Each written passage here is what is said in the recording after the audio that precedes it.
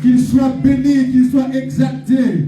Alléluia, Hosanna. Dans les cieux, les anges chantent. Alléluia. Il est saint, saint, saint, notre Dieu. Lui qui était, lui qui est et qui vient. Gloire à l'agneau de Dieu. Alléluia. Que ton nom soit béni. Le Seigneur Dieu, nous te célébrons. Le roi des rois, nous te louons. Le Dieu d'Abraham, soit loué pour ton amour. Gloire à toi, mon Seigneur. Alléluia. Mes amis, je vous assure, j'ai parcouru l'univers pour chercher un refuge, mais je n'en vis pas la paix. Les marabouts ont fétichants, les religions ont mystique, mais approuvé. Si tu acclames Jésus, moi je chante. Si tu acclames, je chante. Est-ce que tu peux aussi pousser les cris de joie? Tu ne prêches pas, pousse bien les cris de joie.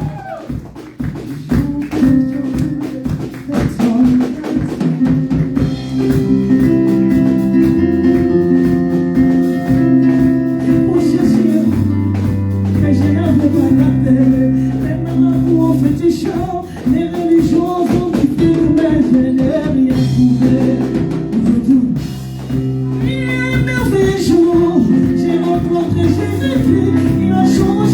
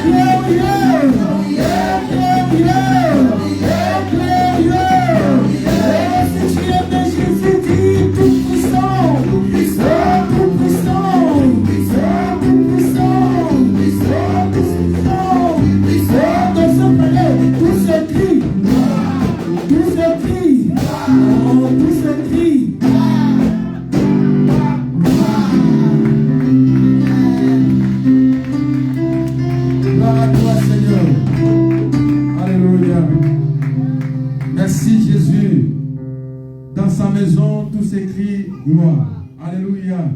La gloire de Dieu, c'est celle-ci que nous avons besoin.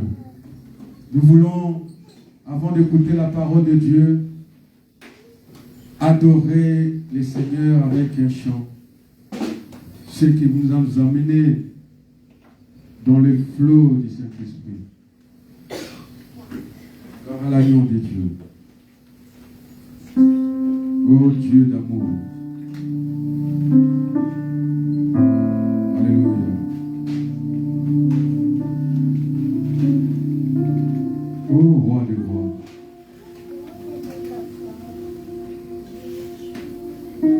L'ami fidèle Jésus. Yeshua, notre ami fidèle. Ô Dieu de paix. Prépare ton cœur pour rencontrer le Seigneur. Dieu t'a appelé sur sa table pour que tu puisses bénéficier de sa gloire, de sa bonté. Alléluia. Oh Dieu d'amour. Oh roi des rois. Alléluia.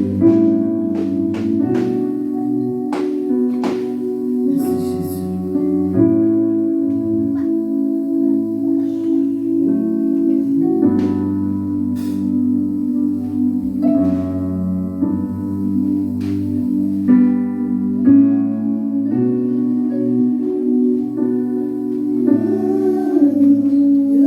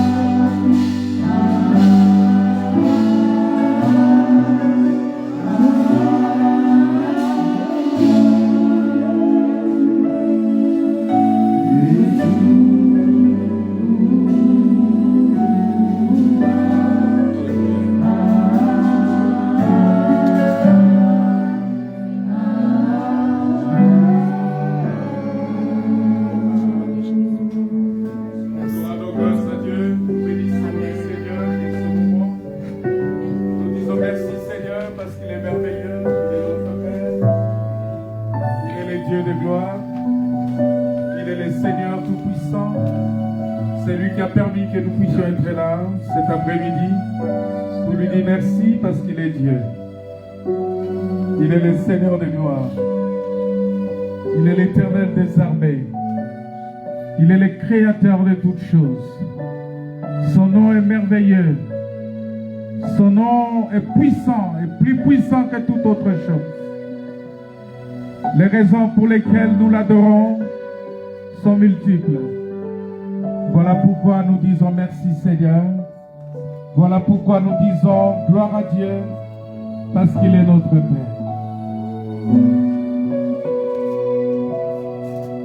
Yeshua.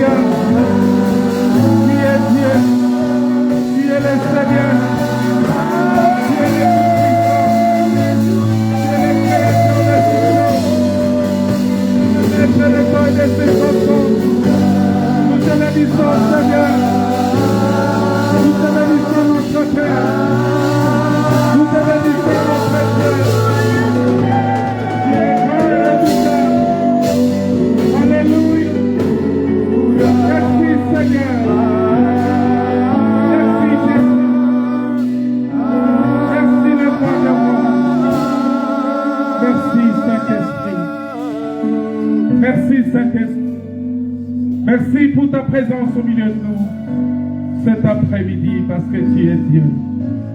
Seigneur, c'est toi qui mérites l'adoration. C'est toi qui mérites la louange. C'est toi qui mérites l'acclamation, Seigneur. Voilà pourquoi nous t'acclamons. Voilà pourquoi nous t'acclamons, Seigneur. Parce que tu mérites notre acclamation.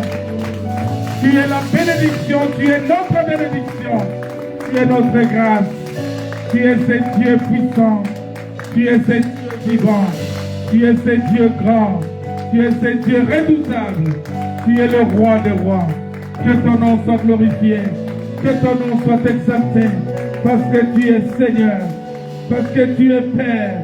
Parce que tu es le Tout-Puissant. Oh notre Père, si nous sommes là, c'est parce que tu nous aimes.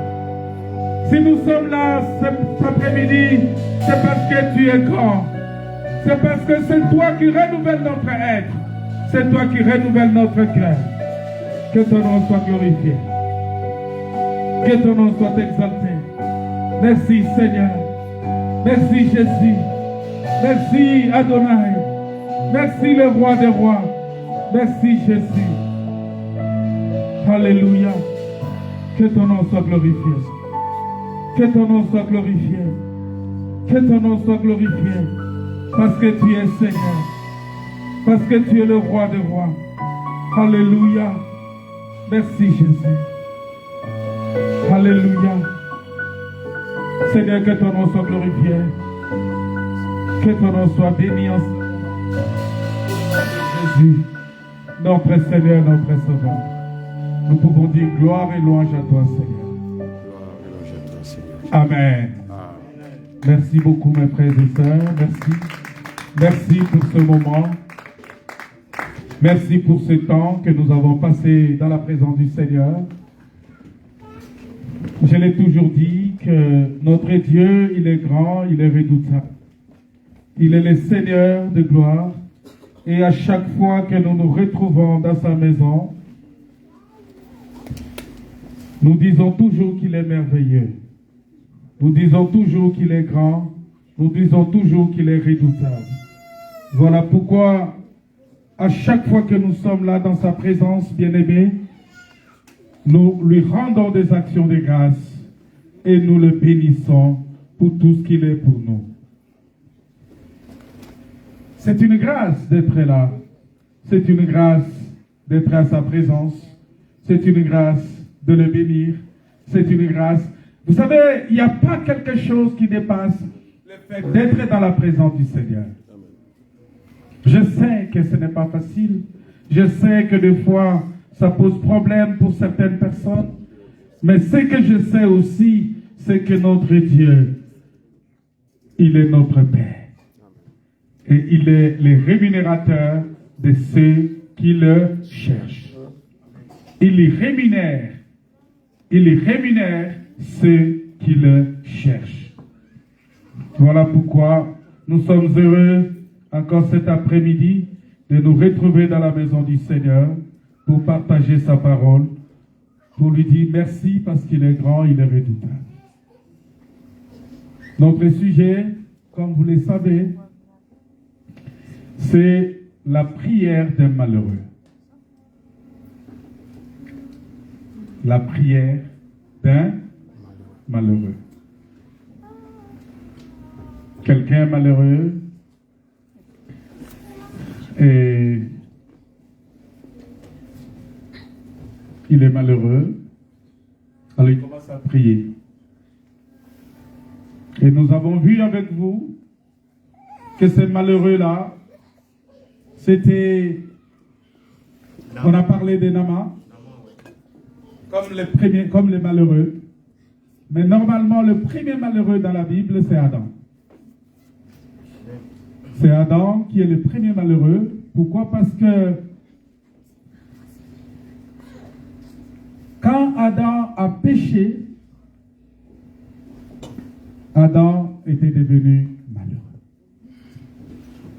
Parce qu'un malheureux, c'est celui qui n'a pas Jésus. C'est celui qui n'a pas la paix. Tu peux avoir la paix, tu peux avoir l'argent, mais tu n'as pas la paix. Tu peux avoir des grands diplômes, mais tu n'as pas la paix. Tu peux avoir beaucoup de choses dans ce monde, mais tu n'as pas la paix. Et c'est celui-là, celui qui n'a pas la paix, c'est celui-là qui est malheureux. Voilà pourquoi, bien-aimés, lorsque on n'a pas Jésus, lorsqu'on n'a pas la parole de Dieu, et Jésus l'a bien dit, il dit, avant de quitter ce monde, il dit, je vous donne ma paix, je vous laisse ma paix. La paix que le monde ne peut pas donner. Vous voyez, il dit bien, la paix que le monde ne peut pas donner. Ça veut dire quoi? La paix que l'argent ne peut pas donner. La paix que la femme ne peut pas donner. La paix que l'homme ne peut pas donner. La paix que les enfants ne peuvent pas donner. La paix que le travail ne peut pas donner. La paix que tout ce que tu as, ta voiture, ta maison, tout ce que tu as ne peut pas donner. Je vous donne ma paix, je vous laisse ma paix. La paix que le monde ne peut pas donner. Et c'est cette paix-là que Dieu veut qu'on ait. Et cette paix-là, on ne peut l'avoir que dans la parole de Dieu. Si on n'est pas dans la parole de Dieu, si on n'a pas la parole de Dieu, on ne peut pas avoir cette paix-là. Voilà pourquoi, bien-aimés, il est important pour nous à un certain moment de nous questionner, est-ce que nous avons la paix? Est-ce que nous sommes en paix? Parce que lorsqu'on n'a pas cette paix-là, ça va être très difficile et très compliqué. On peut tout prétendre, mais on n'a pas la paix. Aujourd'hui, je vais être... Et nous avons vu, je vais être très bref parce qu'on va prier. Nous avons vu que Naaman, malgré qu'il avait tout, malgré qu'il avait les honneurs, mais il y avait un mais dans sa vie. On dit Naaman, l'homme grand, l'homme bien, l'homme ceci, il était cela, mais... Gespa, c'est un bon monsieur, c'est un bon garçon, c'est quelqu'un de bien, mais... Lorsqu'on dit seulement mais dans ta vie, ça change tout. Le mais change tout dans ta vie. Tu es bien. Ah, c'est une bonne femme. Elle est très belle, elle est comme ça, elle est souriante, mais... C'est pourquoi nous devons lutter pour que le mais soit effacé de notre vie. C'est la seule chose pour laquelle nous sommes là. Parce que nous reconnaissons que nous avons un mais. Pour ceux qui ont suivi la prédication de la semaine, quand j'ai parlé du brigand sur la croix, je ne sais pas si vous avez suivi la prédication qu'on a eue le vendredi, le mercredi et puis hier vendredi. Le brigand sur la croix, il a reconnu Jésus. Et quand il a reconnu Jésus, il a dit à son ami qui était là, l'autre brigand, il lui a dit, ne crains-tu pas Dieu? Vous voyez? C'est-à-dire, il a reconnu en Jésus-Christ la divinité. Il a reconnu que Jésus-Christ était Dieu. Parce que la Bible dit que la vie éternelle, c'est qu'ils te connaissent, toi, le vrai Dieu. Donc, voilà pourquoi ce brigand-là automatiquement été sauvé. Et Jésus va lui dire, aujourd'hui, tu seras avec moi dans le paradis. Pourquoi? Parce qu'il a connu Dieu. Amen. La connaissance de Dieu nous procure le salut et la vie éternelle. Bien-aimé, que sert-il à un homme de gagner le monde entier s'il perd son âme? Ça sert à quoi? Tu peux tout gagner, tu peux tout avoir. Mais si tu perds ton âme, ça n'a pas de sens. Que sert-il à un homme de gagner le monde entier s'il perdait son âme?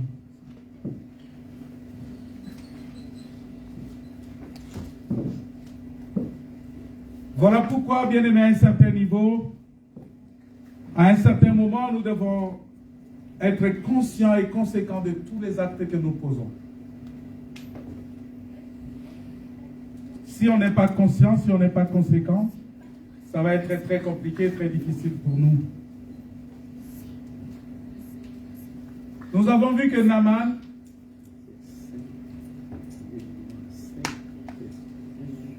avait connu beaucoup de choses dans sa vie. Naaman vivait dans le malheur. Parce que quelqu'un qui est atteint de lèpre, c'était malheureux. Parce que la lèpre, c'est le péché. La lèpre, c'est la malédiction. La lèpre, c'est quelque chose de très mauvais que quelqu'un peut avoir. Et quelqu'un qui était atteint de lèpre ne pouvait pas vivre parmi les gens, au milieu des gens. On les sortait du village, on allait très loin construire une petite case très loin là-bas et on le mettait là-bas. Et personne n'était capable d'aller le voir si ce n'est les sacrificateurs. Il n'y avait que des sacrificateurs parce que les sacrificateurs étaient immunisés. Vous voyez? C'est-à-dire les sacrificateurs, ils étaient vaccinés, ils pouvaient facilement aller voir les lépreux et revenir. Mais les sacrificateurs devraient faire attention parce qu'en allant examiner le lépreux, il faut faire attention de ne pas choper aussi la lèpre. C'est ce que Jésus est venu expliquer dans Matthieu 18. Il dit, faites attention lorsque tu vas pour reprendre ton frère qui a péché, faites attention que toi-même tu ne tombes pas. Parce qu'il y a une manière de parler à quelqu'un. Oui. Quand quelqu'un a péché, il faut savoir comment lui parler. Il ne faut pas être arrogant devant ton frère qui a péché. Il ne faut pas aller l'exhorter avec orgueil. Comme si toi tu étais déjà au ciel et lui il est encore sur la terre. Non, il faut aller avec humilité, avec douceur. Il faut aller, il faut lui parler avec amour. Il y a beaucoup de gens qui ne parlent pas avec amour. Ils préfèrent prendre le problème d'un frère, aller parler à d'autres personnes. Ils préfèrent aller répandre des faux bruits au nom des autres. Ah, tu ne sais pas, mais la soeur là, il a fait ça, ça, ça, ça, ça. Ah, tu ne sais pas, le frère là, il a fait ça, ça, ça, ça, ça. Oh non, mais vraiment, la soeur là, non, non, non, non. Moi, non, ça, mais pourquoi tu dois parler comme ça? La Bible dit, si ton frère a péché, va vers lui, parle avec lui, vous deux. S'il t'écoute, tu as gagné ton frère. S'il ne t'écoute pas, tu vas prendre un autre, tu vas aller voir en deux, vous allez parler à cette personne. S'il ne vous écoute pas, il faut prendre une troisième personne. S'il n'écoute pas la troisième personne, allez voir l'église. Allez dire ça au pasteur. Le pasteur va aller le voir. S'il n'écoute pas le pasteur à ce moment-là, il est déclaré païen ou publicain.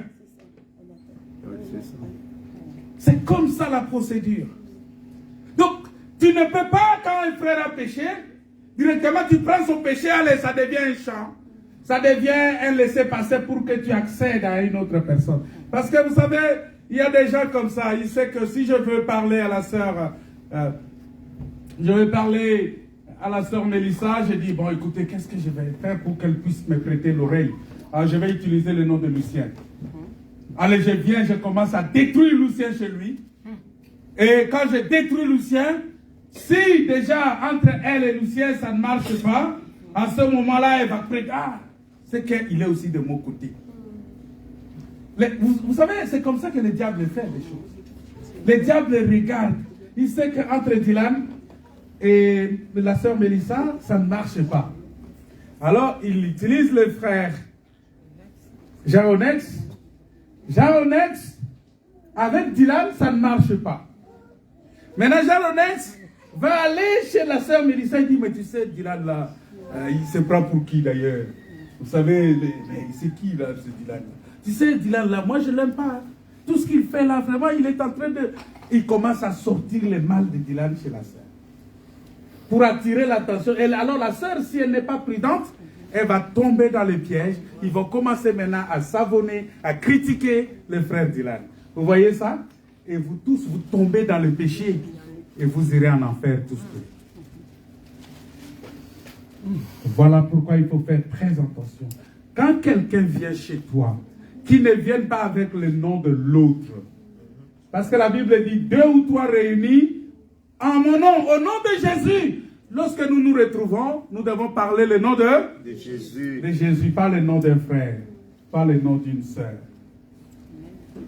Tu iras en affaire comme ça. Vous savez, il y a des gens qui pensent que le péché qui est grave, c'est l'impudicité. C'est la fornication, c'est l'adultère. C'est ça qui est le péché le plus grave. Mais non! Mais non! L'hypocrisie est plus fort que ça. Le mensonge est plus grave que ça. Le commérage est plus grave que ça. La haine pour l'autre est plus fort que ça. Voilà pourquoi nous devons faire très attention. Il y a des gens qui ont catégorisé déjà des péchés dans leur vie. Il y a des grands péchés, il y a des petits péchés. Il n'existe pas de grands péchés, il n'existe pas de petits péchés. Mes frères et sœurs, faites très attention avec ça. C'est un conseil, n'est-ce pas? Là, je suis en train de vous parler de Naaman. Je suis dans 2 Rois chapitre 5, verset 1 à 19. Naaman avait la lèpre. Et quand on a la lèpre, La lèpre aussi veut dire un échec. C'est un échec.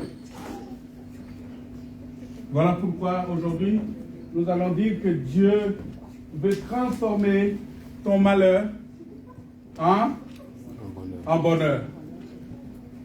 Dieu veut transformer aujourd'hui ton échec en réussite. J'aimerais que vous parliez avec moi. En réussite. Oui, il veut transformer ton échec en réussite. Alors, on va voir qu'est-ce qu'est l'échec. C'est quoi un échec? C'est de rater le ciel. Un échec. C'est-à-dire que quelqu'un qui a échoué dans la vie. Vous savez, c'est quelque chose qui est courant. Et ça se parle de partout.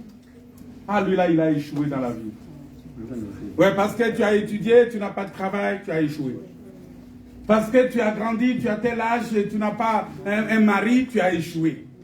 Parce que tu as tel âge, tu n'as pas un homme, tu as échoué. Et c'est ça, ce que les gens appellent l'échec. Mais ils ne savent pas qu'il y a des gens qui ont toutes ces choses-là, qui sont mariés avec des beaux maris, qui ne les trompent pas, avec des beaux maris qui leur font tout, avec des belles femmes qui ne les trompent pas, qui leur font tout, les gens qui travaillent, qui ont beaucoup d'argent. Mais ils ont échoué. Ils ont échoué. Parce que la Bible dit ceci.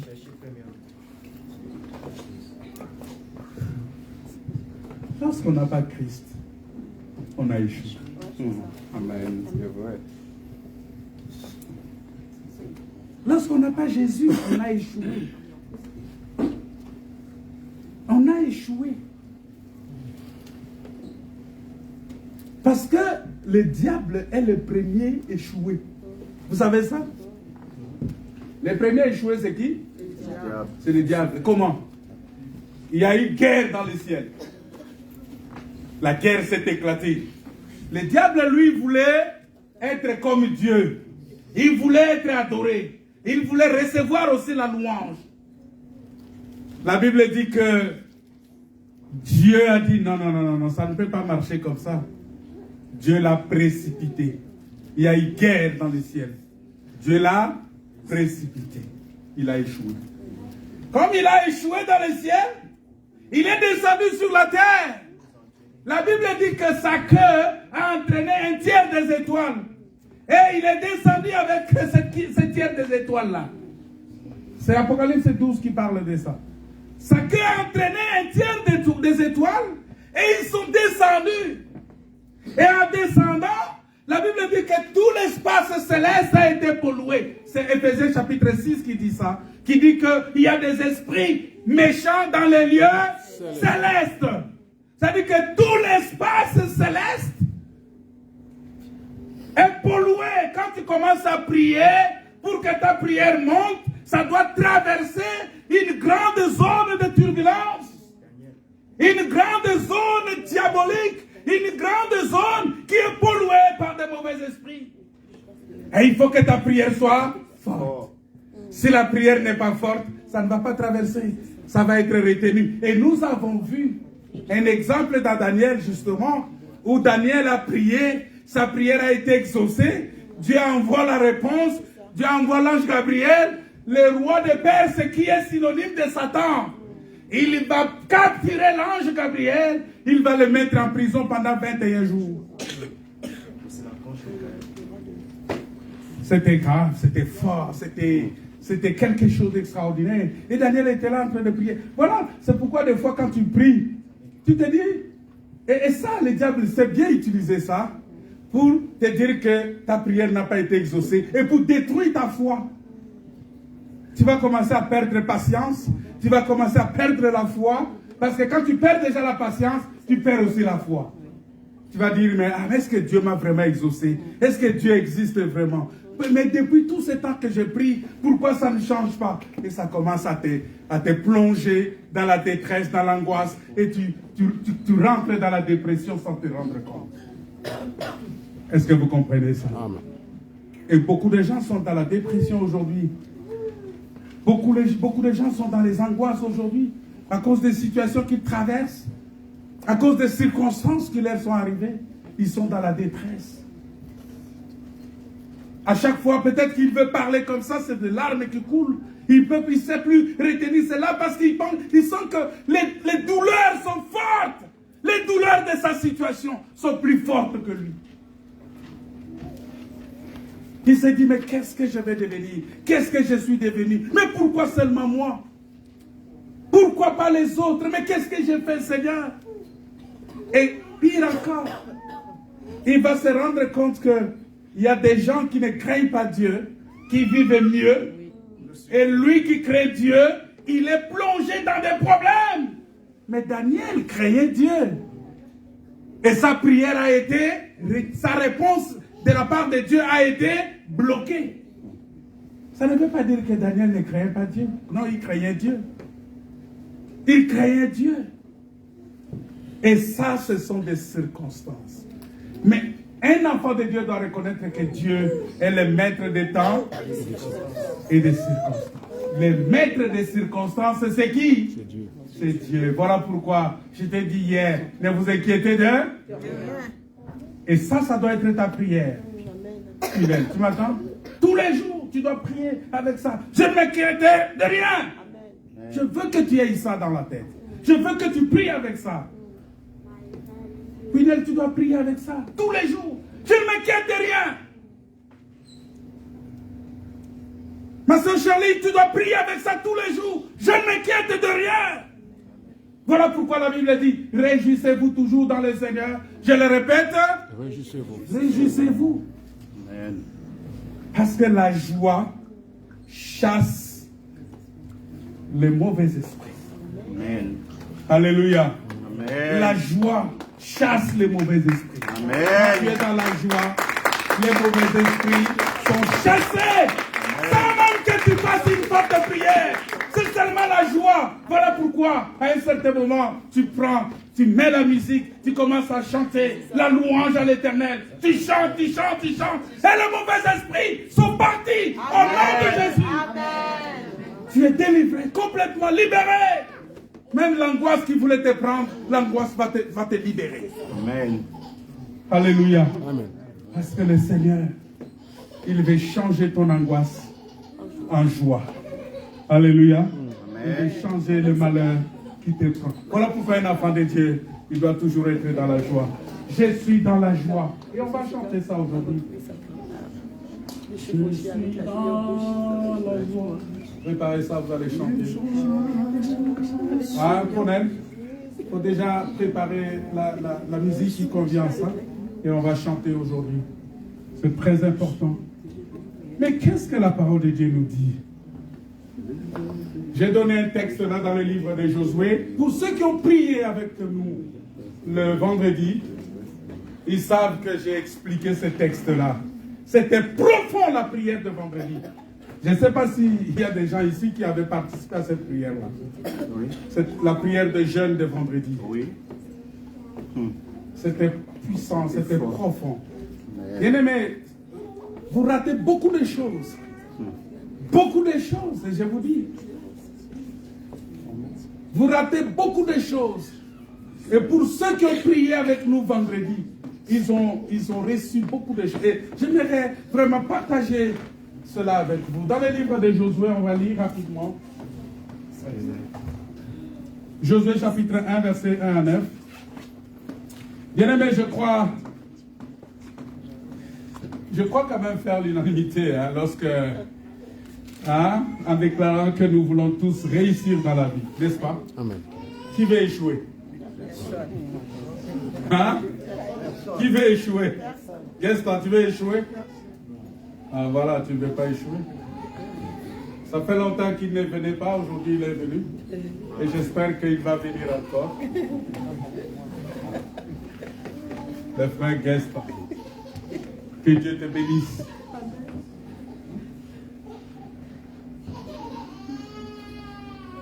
Tout le monde, une chose est certaine. Dieu aussi, Dieu, même Dieu, il veut notre réussite.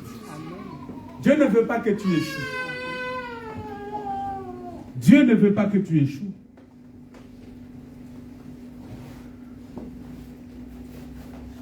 Voilà pourquoi quand nous avons pris le livre de Josué, chapitre 1, verset 1 à 9, nous voyons qu'il est dit quelque chose de très important. Et on va prendre quelques écritures.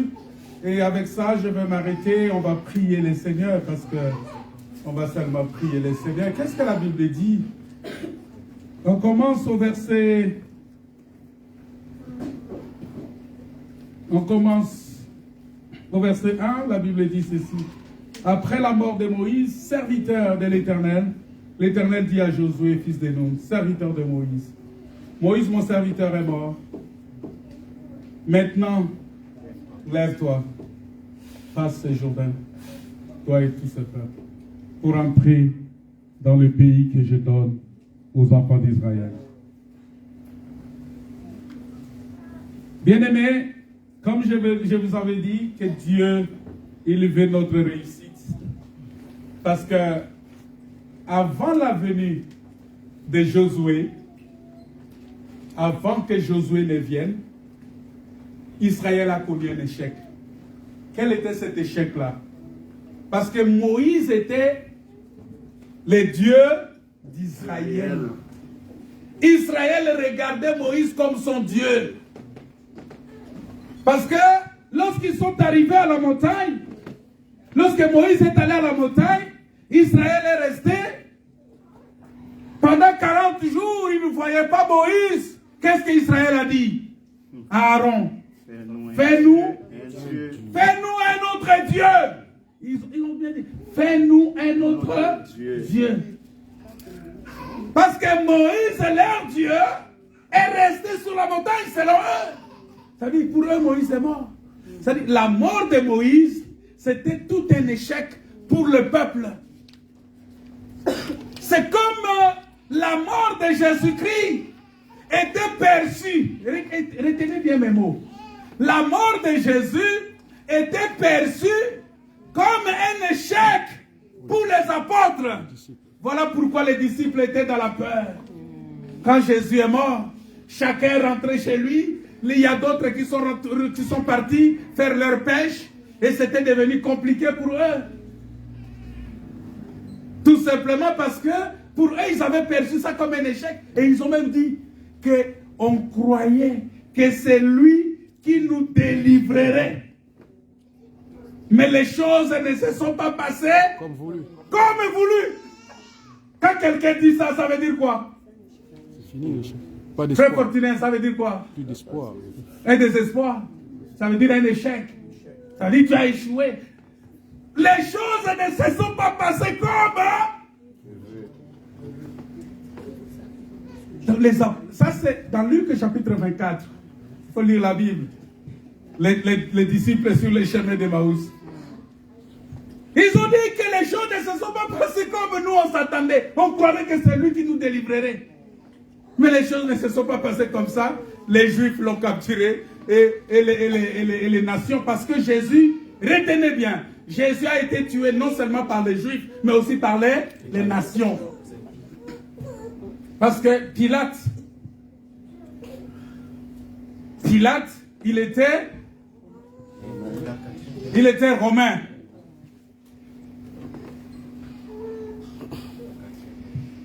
Et c'était une attente, parce que les Juifs et les Romains ne s'attendaient pas. Mais lorsqu'il s'agit de crucifier Jésus, ils se sont entendus. Il y a des gens qui s'attendent pour crucifier la vérité. Même s'ils ne s'attendent pas dans d'autres choses, mais pour crucifier la vérité, ils vont s'entendre. Et c'est ce que nous avons vu. Et qu'est-ce qui s'est passé? Pour eux, c'était tout un échec. C'était tout un échec pour eux, un désespoir. Mais ils ne savaient pas qu'il fallait que Christ souffre, il fallait qu'il meure, il fallait qu'il soit ressuscité pour que nous recevions le Saint-Esprit. La mort de Christ est un échec pour les uns, mais une réussite pour les autres. C'est un échec pour Israël, mais pour nous, les nations, c'est une réussite, c'est une victoire, c'est une délivrance. Voilà pourquoi, bien aimé, c'est une délivrance, la mort de Jésus-Christ. C'est une délivrance, c'est une bénédiction, c'est une grâce pour nous. Ça peut paraître quelque chose de compliqué, de bizarre. Mais il faut faire très attention avec ça. C'était un échec.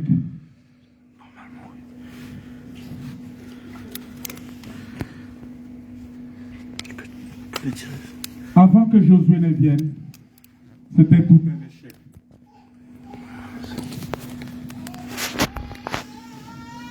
Et cet échec-là a créé beaucoup de choses.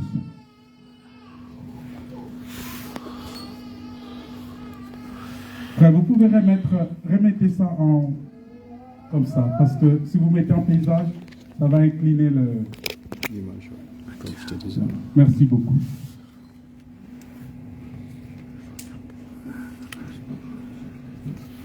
Remettez ça comme c'était avant. Voilà, merci.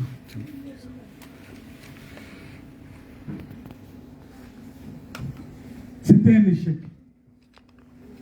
Alors, Dieu lui veut, il veut que nous puissions réussir. Dieu veut notre réussite. Alors, Dieu dit, bon, maintenant c'est fini, il est mort. Moïse est mort. Alors, qu'est-ce qu'on fait? On doit avancer. Est-ce qu'on doit s'arrêter? La mort de Moïse a mis tout Israël par terre. La mort de Moïse aujourd'hui peut être considérée comme la situation difficile que tu traverses. Comme le moment difficile que tu traverses. Comme les temps difficiles que tu traverses dans ta vie. La mort de Moïse peut être considérée, peut être perçue comme ça.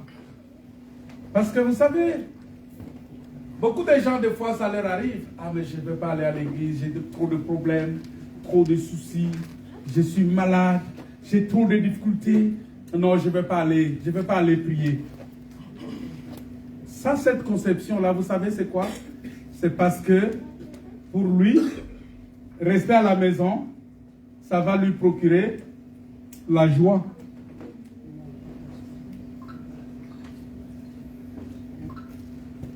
Ah mais non. Parce que c'est pourquoi vous lisez dans Josué là, il dit au verset 7, verset 7, il dit ceci, afin de réussir. Hein? Dieu dit, fortifie-toi seulement et aie bon courage en agissant fidèlement selon la loi, selon toute la loi que Moïse, son serviteur, t'a prescrit.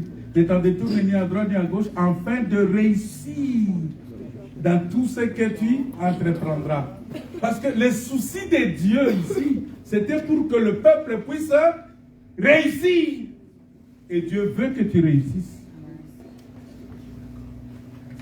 Alors pour transformer cet échec-là, en réussite, cet échec du désert, pour le transformer en réussite, la première des choses que Dieu a dit, c'est lève-toi. Lève-toi. Pourquoi tu es assis? Pourquoi cette situation-là t'a terrassé comme ça? Pourquoi cette situation t'a abattu? Pourquoi tu ne te lèves pas?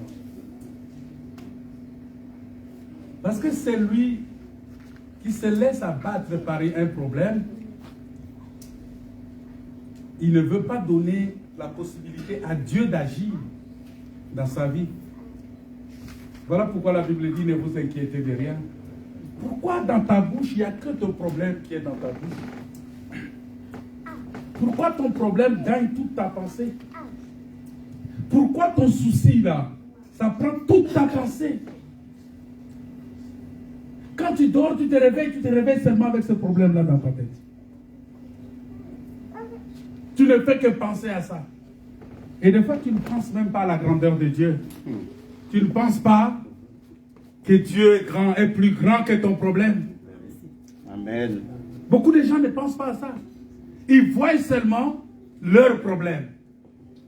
Mais ils ne voient pas la dimension de Dieu. Ils ne voient pas la profondeur de Dieu. Ils ne voient pas la puissance de Dieu qui transforme. C'est un des ordres que Dieu a donné.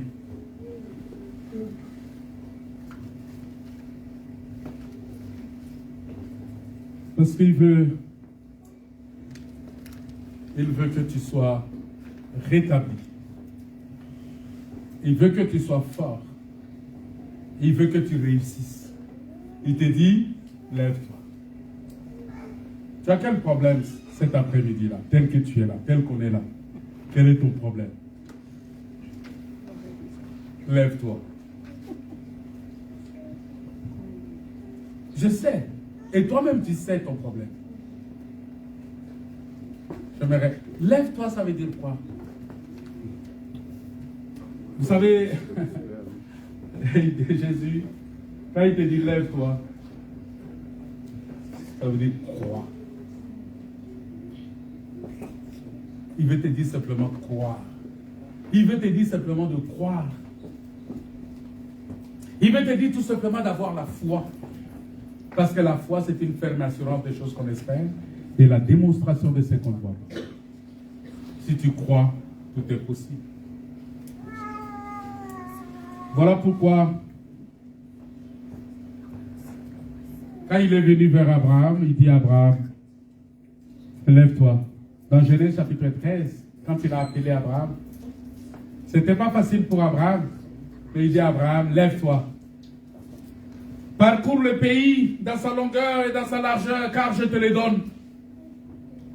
Il dit, lève-toi, parcours le pays, je te le donne. Mais dis-moi, est-ce qu'Abraham avait reçu ces pays-là? Non. Abraham a parcouru le pays. Abraham n'a jamais reçu ces pays-là.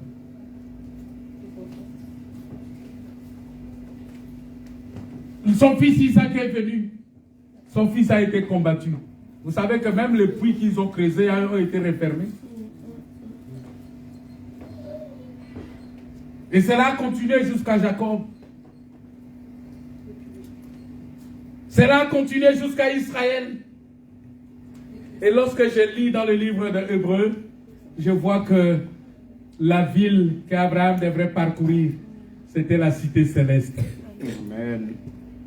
Et la personne qui est venue pour donner en héritage cette ville-là, c'est Jésus-Christ. Voilà pourquoi il dit dans Jean 14, il dit, je m'en vais vous préparer une place. Et lorsque je vais revenir, je vais vous prendre, et là où je serai, que vous y soyez aussi. Amen. Il est venu nous prendre, il va venir nous prendre pour que nous allions rester dans le palais, là où il est allé arranger pour nous, là où il est allé préparer de la place pour nous. La réussite, c'est en Jésus-Christ.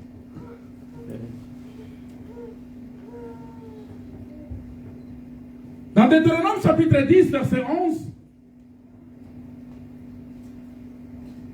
Dieu dit à Moïse, il dit, Moïse, lève-toi, va, marche à la tête du peuple, qu'ils aillent prendre possession du pays.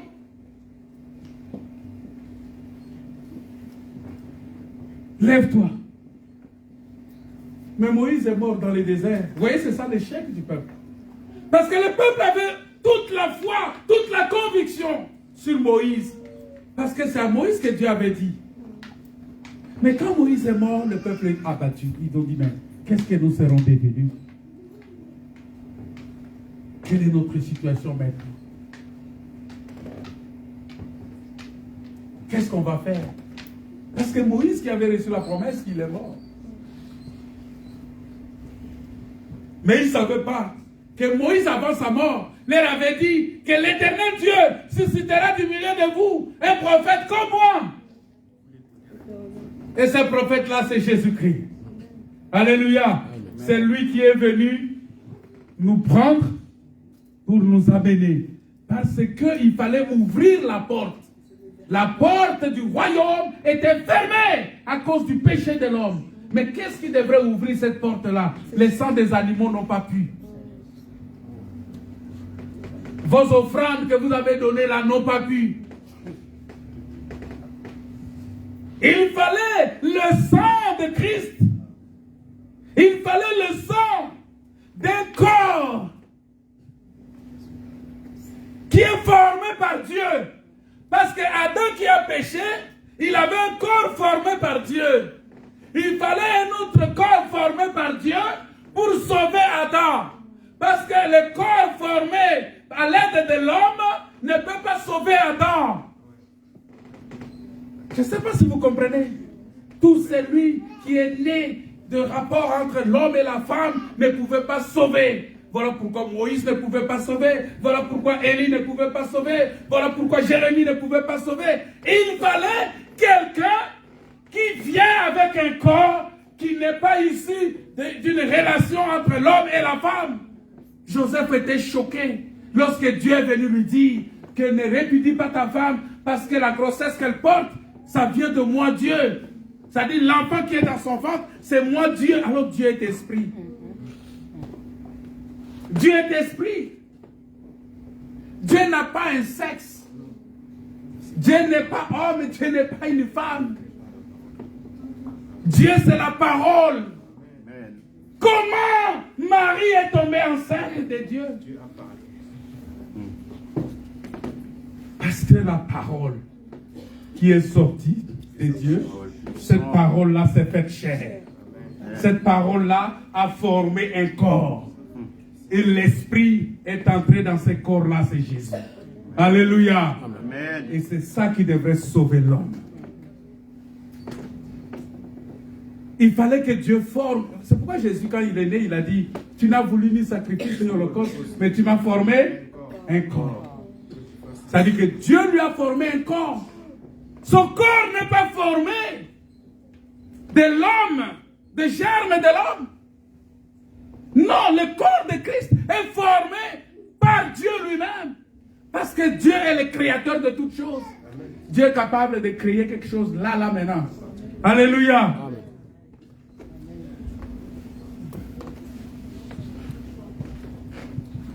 Voilà pourquoi, bien-aimé dans le Seigneur, il dit à Moïse, lève-toi.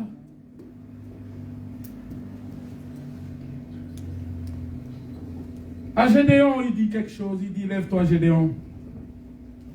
Descends au camp, car j'ai livré entre tes mains les bâtiments. Ce peuple-là, je les ai livrés entre tes mains. Lève-toi, entre dans le camp. Il dit, lève-toi. Lève-toi.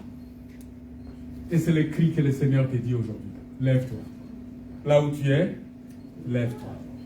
Dans ton problème, lève-toi. Mets-toi debout.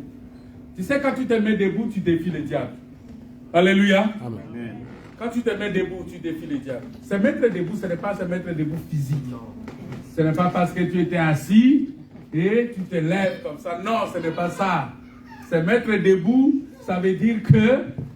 Ça veut dire quoi? Hein? Ça veut dire? Continuer le combat, oui, ça veut dire? Il est écrit, oui, ça veut dire? Se mettre debout. Se mettre debout. Prier beaucoup, oui.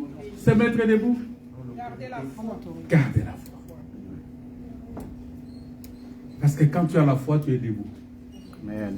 Alléluia. Amen. C'est la foi qui te brille, tu te gardes debout. La foi. Garde la foi. Combat le bon combat de la foi. Amen. Combat le bon combat de la foi. Combat le bon combat de la foi. Reste debout. Ne te laisse pas terrasser par ce problème-là. Reste debout. Je veux que tu sois debout. Je veux que tu sois debout, frères et sœurs. Que tu sois debout. Il y a beaucoup de choses qu'on peut parler. Hein.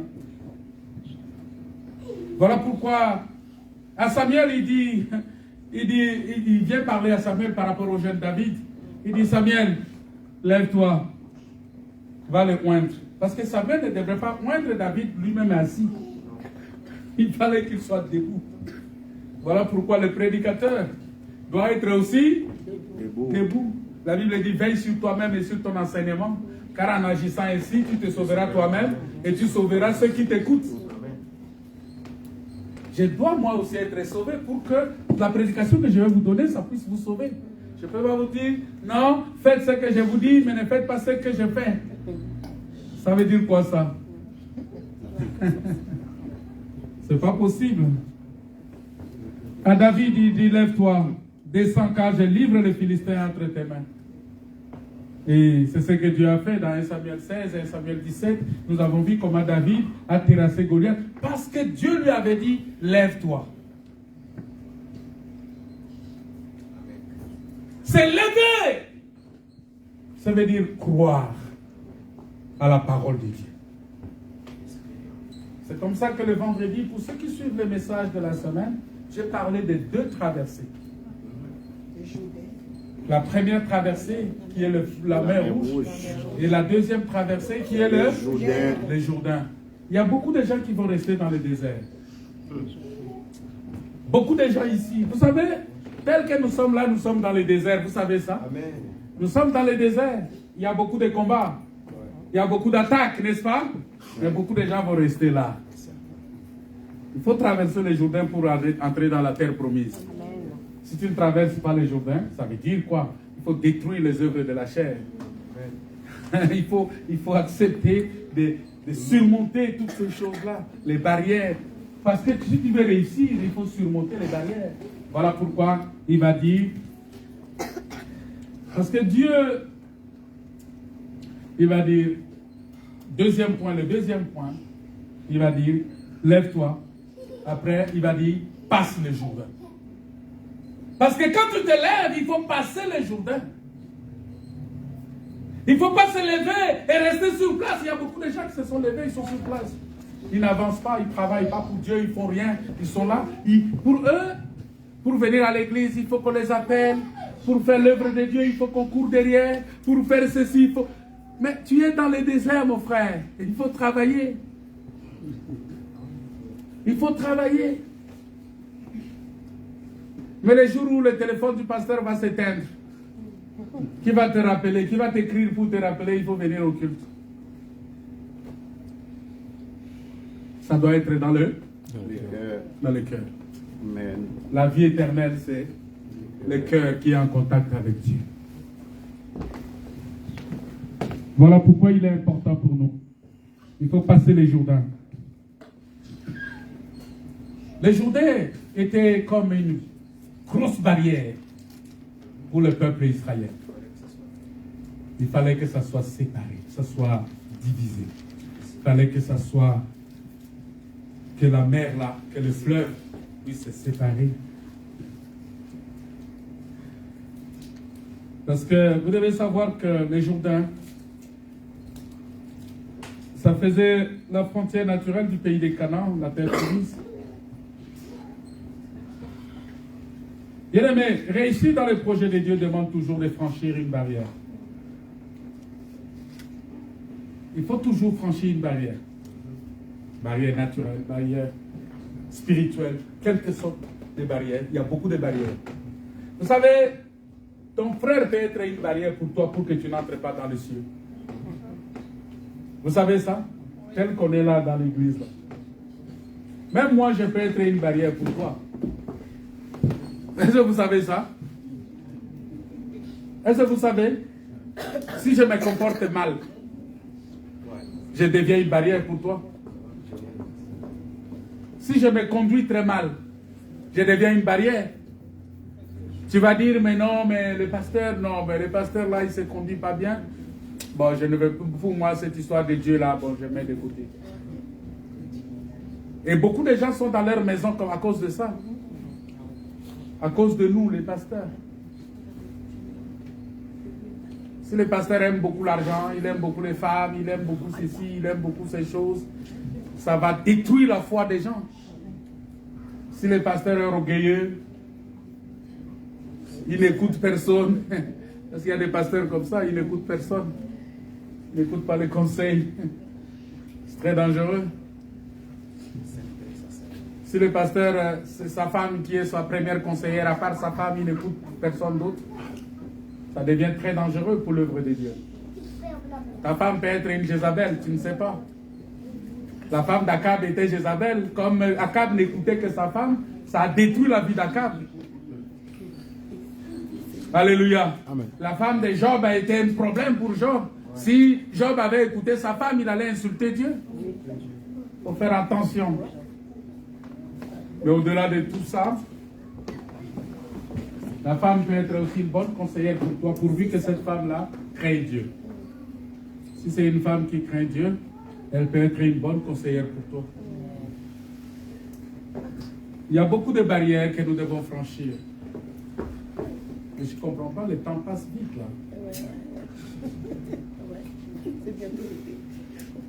Bon, je vais arrêter. Il y a beaucoup de barrières aujourd'hui dans la vie, beaucoup de barrières. Beaucoup de barrières. Tes biens matériels peuvent être des grosses barrières pour toi. Vous savez, il y a beaucoup de gens qui ont fondé leur vie, leur espérance dans les biens matériels, dans l'argent, dans tout ce qu'ils gagnent. Et vous savez, les biens matériels détruisent aussi beaucoup de gens. Ça détruit même les foyers, ça détruit les familles, ça détruit l'amitié, l'argent. Frère, moi j'ai toujours dit, mieux vaut donner à quelqu'un que de lui prêter. Parce que tu lui prêtes pour qu'il te rembourse, vous rentrez en palabre. Ça devient un problème. Autant lui donner. Parce que moi, c'est comme ça que je vois les choses pour me permettre. Pour que j'évite le problème, je préfère te donner.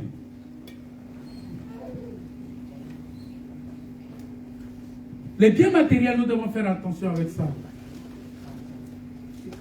Mais il y a beaucoup de gens aussi qui ont des idées cartésiennes. Vous savez, vous connaissez les idées cartésiennes? Ils ont des passés religieux. Ton passé religieux peut être aussi une barrière pour toi. C'est-à-dire, les enseignements traditionnels que tu as reçus dans les églises traditionnelles deviennent un blocage pour toi pour que tu n'avances pas. Ah non, nous, on nous a enseigné comme ça. Mais le pasteur, là, il nous dit ça, mais c'est quoi ça? Non, parce que tu ne veux pas laisser la place au Saint-Esprit. Il faut laisser la place au Saint-Esprit. On t'a enseigné, mais que dit le Saint-Esprit? Alléluia. Amen. Que dit le Saint-Esprit? Que dit le Saint-Esprit? Dans les églises traditionnelles, on peut dire, oui, bon, notre femme, notre maman pasteur, tout ça. Oui, mais est-ce que la parole de Dieu dit ça? La parole de Dieu dit, je ne permets pas à la femme d'enseigner ni de prendre autorité. Mais tu vas comprendre ça difficilement parce que ton passé traditionnel, ton passé religieux, il y a des gens qui ont des difficultés même pour jeûner ici. Tout simplement parce qu'ils ne sont pas habitués dans les églises où ils étaient. On ne leur a pas appris qu'il fallait jeûner. Il y a des gens qui gardent encore des baptêmes traditionnels. Quand tu lui dis, non, le véritable baptême, c'est au nom de Jésus dans l'eau. Il te dit, non, laisse ça. Tout baptême est baptême. Non, tout baptême n'est pas baptême. Tout chemin ne mène pas à Dieu. Ce n'est pas parce que le monde dit que tout chemin mène à Rome que tout chemin mène à Dieu. Tout chemin ne mène pas à Dieu. Le seul chemin qui mène à Dieu, c'est Jésus-Christ. Amen. C'est la vérité, c'est la parole, c'est lui qui est le chemin. C'est Jésus qui est le chemin, la vérité et la vie. Si tu ne passes pas par lui, il a dit, si tu ne passes pas par moi, tu n'arriveras pas au Père. Et toi, tu vas dire, non, tout chemin mène à Dieu. Il y a des gens qui créent leur propre chemin. Ils commencent à fabriquer des choses. Non, vous savez, vous exagérez aussi, mais tout ça, c'est pour la gloire de Dieu. Qui te dit que c'est pour la gloire de Dieu? Les gens construisent des piscines dans leur maison, ils commencent à baptiser les gens dans leur piscine, et ils disent, non, non, c'est pour la gloire de Dieu. Qui te dit ça? C'est des choses que les gens ne comprennent pas. Les gens fabriquent des doctrines aujourd'hui, à leur façon. À leur façon.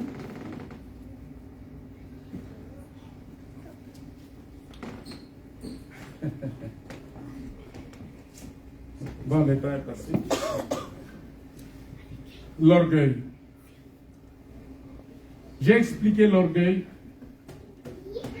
le jeudi. Pour ceux qui viennent au culte de jeudi, ils ont écouté ça. Je ne sais pas si vous avez suivi l'audio que j'ai mis dans le groupe, hein, de la prédication de jeudi. Qui a suivi ça? L'audio de la prédication de jeudi que j'ai mis dans le groupe. Qui a suivi ça?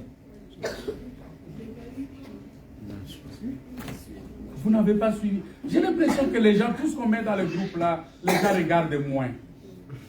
Si je pose même la question au frère Fortuné, maintenant il y a des choses que j'ai mis dans le groupe, il va dire, peut-être qu'il ne saura pas. Je prends son exemple parce que lui, il ne va pas se fâcher. Parce que si je prends l'exemple d'un autre frère ici, il va dire, mais pourquoi le pasteur m'a pointé moi? Mais lui, au moins, quand je le pointe comme ça, il ne va pas s'énerver. Il sait que le pasteur dit vrai. Il y a beaucoup de choses que lui ne regarde pas dans le groupe. Et la sœur Amélie aussi n'a pas écouté cet audio-là de jeudi. Voilà. Elle n'a pas écouté ça. Vous voyez, plus vous ratez des prédications, plus ça vous est difficile de vous rattraper sur d'autres prédications qui viennent après. Pourquoi? Parce que c'est une suite logique des choses. Alors, vous voulez qu'on supprime les groupes, c'est ça? Non. Alors, pourquoi on met des choses dedans et personne n'est intéressé? On est intéressé.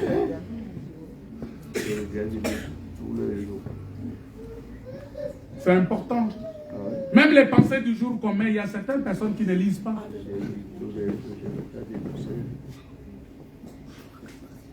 Il y a des gens, moi je connais quelqu'un, quand il voit les lives comme ça, hein, les prédications qu'on fait comme ça, il ne fait que aimer ça, il fait les likes. Moi je n'ai pas besoin de vues. On n'a pas besoin des gens qui font des likes pour dire, oh bon, on a liké, on a vu. Non, ce n'est pas de ça qu'on a besoin. On a besoin que tu restes entendre et écouter. La Bible dit, heureux ceux qui lisent, heureux celui qui lit, et ceux qui entendent et qui gardent. C'est ce qu'on a vu jeudi. Heureux celui qui lit, ceux qui entendent d'abord, parce que pour garder, il faut d'abord entendre. Et qui garde. Mais tu n'entends pas, tu vas garder quoi? Et quand tu n'as rien à garder, ça dit que ton cœur est vide, c'est un désert, c'est un lieu aride. Ça va être le terrain du diable. Vous savez, quand le diable vient à toi, il trouve qu'il n'y a rien dedans.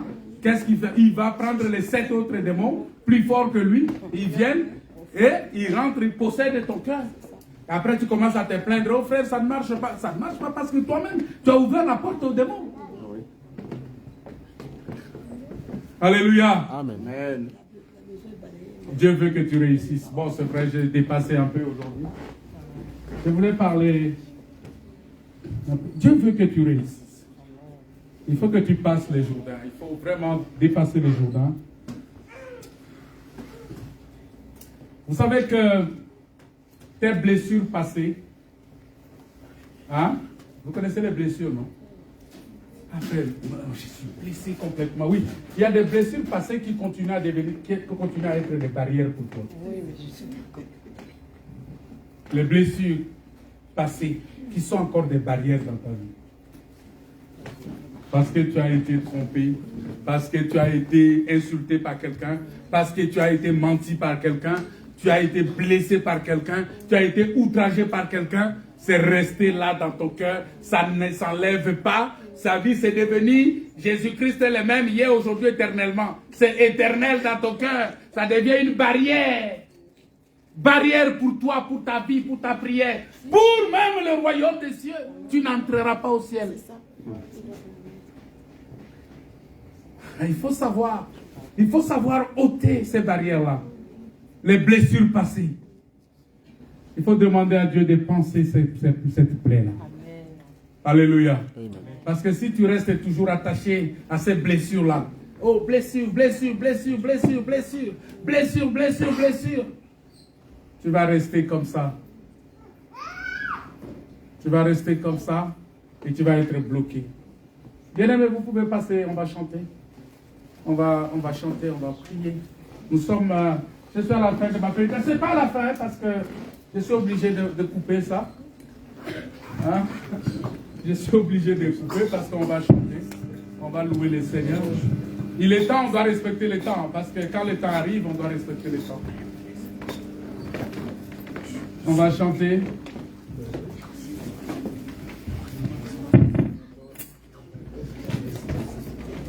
Bien-aimés, vous savez, la Bible dit que l'heure vient où elle est déjà venue, où les vrais adorateurs doivent adorer le Père en vérité, en esprit et en vérité. Vous savez que quand on regarde toutes ces choses, on voit qu'il y a beaucoup de choses qui se passent et que pour lesquelles nous devons faire extrêmement attention. Vous savez, il est temps pour que nous puissions justement franchir les cordes du ring pour rentrer. Les cordes. Vous voyez, dans le ring, il y a souvent des cordes. Hein? On met souvent des cordes, n'est-ce pas? Pour ceux qui ont fait la boxe ou bien le karaté ou tout ça, on met souvent des cordes tout autour du ring. Et pour se battre, il faut d'abord franchir la corde et rentrer dans le champ de bataille. Amen. Il y a des gens qui sont encore en dehors du champ de bataille et c'est difficile pour eux de se rendre compte de ce qui doit arriver. Parce que la parole de Dieu dit quelque chose de très important. Il dit passe les Jourdains. Passe les Jourdains. Quel est ton Jourdain cet après-midi? Qu'est-ce qui te bloque de ne pas évoluer? Qu'est-ce qui te bloque de ne pas avancer? Qu'est-ce qui te bloque de ne pas rentrer et réussir? Parce que Dieu veut que tu réussisses. La Bible dit dans Ésaïe que ce sont vos péchés qui vous empêchent, qui m'empêchent, moi Dieu, de vous exaucer. Qu'est-ce qui te bloque? Oui, parce que tu es toujours couché. Mais Dieu te dit, lève-toi et passe les Jourdains. Alléluia. Lève-toi et passe les Jourdains. Il est important pour toi de te lever et de passer les Jourdains. On va chanter, on va adorer le Seigneur et on va prier le Seigneur. Est-ce qu'il y a quelqu'un qui a besoin de prière ce matin, cet après-midi? Quelqu'un qui veut vraiment réussir, qui veut que son malheur soit changé en bonheur, quelqu'un qui veut être transformé à la même image, quelqu'un qui veut connaître la transformation spirituelle de tout ce qu'il fait, quelqu'un qui veut que la grâce de Dieu lui soit accordée. Il veut que les courbes des choses, il veut que les choses changent dans sa vie radicalement alors, qu'il y ait une transformation complète. Parce que tu as besoin de la vie éternelle, tu as besoin de la puissance du Saint-Esprit. Et la personne, après Moïse, qui est capable de nous prendre pour nous amener dans la présence du Seigneur, c'est le Saint-Esprit. Parce que Josué, justement, il est venu combattre. Le Saint-Esprit, c'est lui qui nous mène aujourd'hui dans le combat. Amen. Parce que c'est le Saint-Esprit. Jésus est venu pour que nous puissions recevoir le Saint-Esprit. Mais le Saint-Esprit nous a été donné pour que Christ soit formé en nous. C'est très important. Et si Christ n'est pas formé en toi, ça sera difficile la réussite dans ta vie. Voilà pourquoi quand tu reçois le Saint-Esprit, assure-toi que le Saint-Esprit est en train de former Christ en toi. Former Christ. Toutes les parties de Christ doivent être formées en toi. C'est très important. On va prier le Seigneur. On va prier le Seigneur. Oui, on va prier le Seigneur.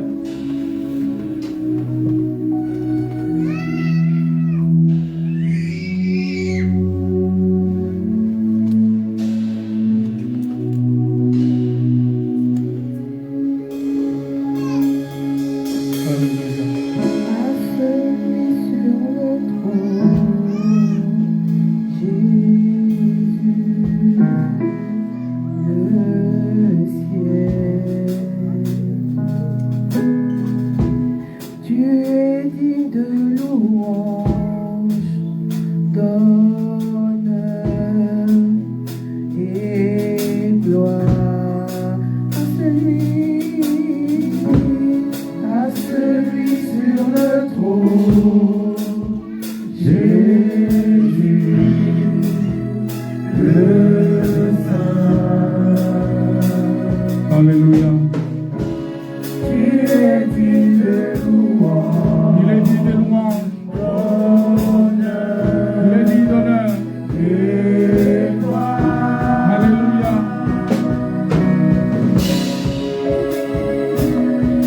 Seigneur, merci. Est-ce qu'il y a quelqu'un qui veut qu'on prie avec lui? Viens, on va prier le Seigneur. Seigneur, notre Père, je prie pour ma soeur et pour ta sainte Père. Manifeste ta puissance et ta grâce dans sa vie. Au nom de Jésus. Au nom de Jésus. Amen. Seigneur, je te prie, étends tes secrets de grâce. Manifeste ta puissance et ta grâce. Au nom de Jésus. Dieu, je te prie pour ce frère. Transforme-le.